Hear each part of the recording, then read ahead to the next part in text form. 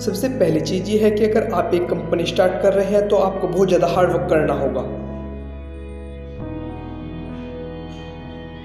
बहुत ज़्यादा hard work का क्या मतलब होता है? जब मेरे भाई और मैंने हमारी पहली कंपनी शुरू की थी तो हमने एक घर लेने के बजाय एक छोटा सा ऑफिस किराए पर लिया था। हम सोफे पर सोते थे, न्यूयॉर्क के सरकारी बाथरूम में नहाते थे। हमारे पास सिर्फ एक ही कंप्यूटर था। हमारी वेबसाइट दिन भर ऑनलाइन रहती थी और मैं रात भर कोडिंग करता था, हफ्ते में 7 दिन, हमेशा। तो अगर आप एक कंपनी शुरू कर रहे हो तो जमकर मेहनत करो, चाहे कुछ भी हो जाए। थोड़ा हिसाब लगाओ, अगर कोई इंसान हफ्ते में 50 घंटे काम कर रहा है और आप 100 घंटे काम कर रहे हो तो जितना वो 1 साल में अचीव करेगा वो आप 6 महीने में ही कर लोगे। दूसरी चीज़, अगर आप एक बिजनेस कर रहे हैं या आप कोई कंपनी ज्वाइन कर रहे हैं, सबसे इम्पोर्टेंट है कि आप महल लोगों को अट्रैक्ट करो। तो ऐसे लोगों के साथ रहो या ऐसे लोगों को ग्रुप ज्वाइन करो जो अमेजिंग हैं, जिनकी आप दिल से रिस्पेक्ट करते हो। या अगर आप बिजनेस शुरू कर रहे हो तो आपको महल लोगों को साथ लाना चाहिए।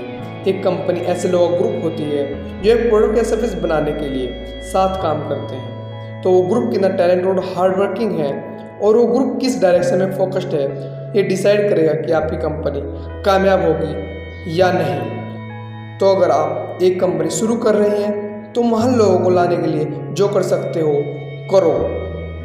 इसके बाद मैं ये कहूँगा कि शोर पर नहीं, संकेतों पर ध्यान दो।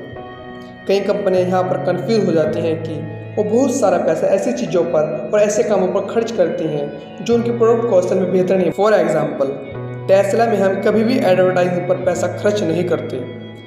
हम सारा पैसा रिसर्च एंड डेवलपमेंट, मैन्युफैक्चरिंग और डिज़ाइन में लगा देते हैं ताकि हम कार को बेहतर से बेहतर बना सकें। और मेरा ख्याल है कि आगे बढ़ने का यही तरीका है। हर कंपनी को यही सोचना चाहिए कि जो पैसा हम लगा रहे हैं और जो मेहनत हम कर रहे हैं, क्या इससे हमारा प्रोडक्ट या सर्विस बेहतर बन रही है। अगर नहीं तो उन्हें वो एफर्ट्स करना बंद कर देना चाहिए और वो पैसा खर्च करना भी बंद कर देना चाहिए। और आखिरी चीज़ ये है कि ट्रेंड को फॉलो मत करो। आपने मुझे ये कहते हुए सुना होगा कि फिजिक्स के नज़रिए से सोचना अच्छा है। फिजिक्स में किसी भी चीज़ को जानने के लिए छोटे छोटे टुकड़ों में डिवाइड करके उस चीज़ की तह तक जाते हैं। तो आप किसी और से खुद को कंपेयर मत करो। जो काम आप करना चाहते हो उसे छोटे छोटे टुकड़ों में इतना डिवाइड कर दो कि आप उसके बेसिक फैक्ट तक पहुंच जाओ, फिर वहां से उसे समझना शुरू करो। ये एक बहुत अच्छा तरीका है ये जानने का जो काम आप करना चाहते हो वो सच में बेनिफिशियल है या आप बस किसी दूसरे कहने पर करना चाहते हो। इस तरह से सोचना मुश्किल है और आप हर चीज़ के बारे में इस तरह से नहीं सोच सकते। ऐसा सोचने के लिए काफ़ी मेहनत करनी पड़ती है, लेकिन अगर आप कुछ नया करने की कोशिश कर रहे हो तो यही बेस्ट तरीका है सोचने का। ये सच में एक बहुत पावरफुल तरीका है सोचने का।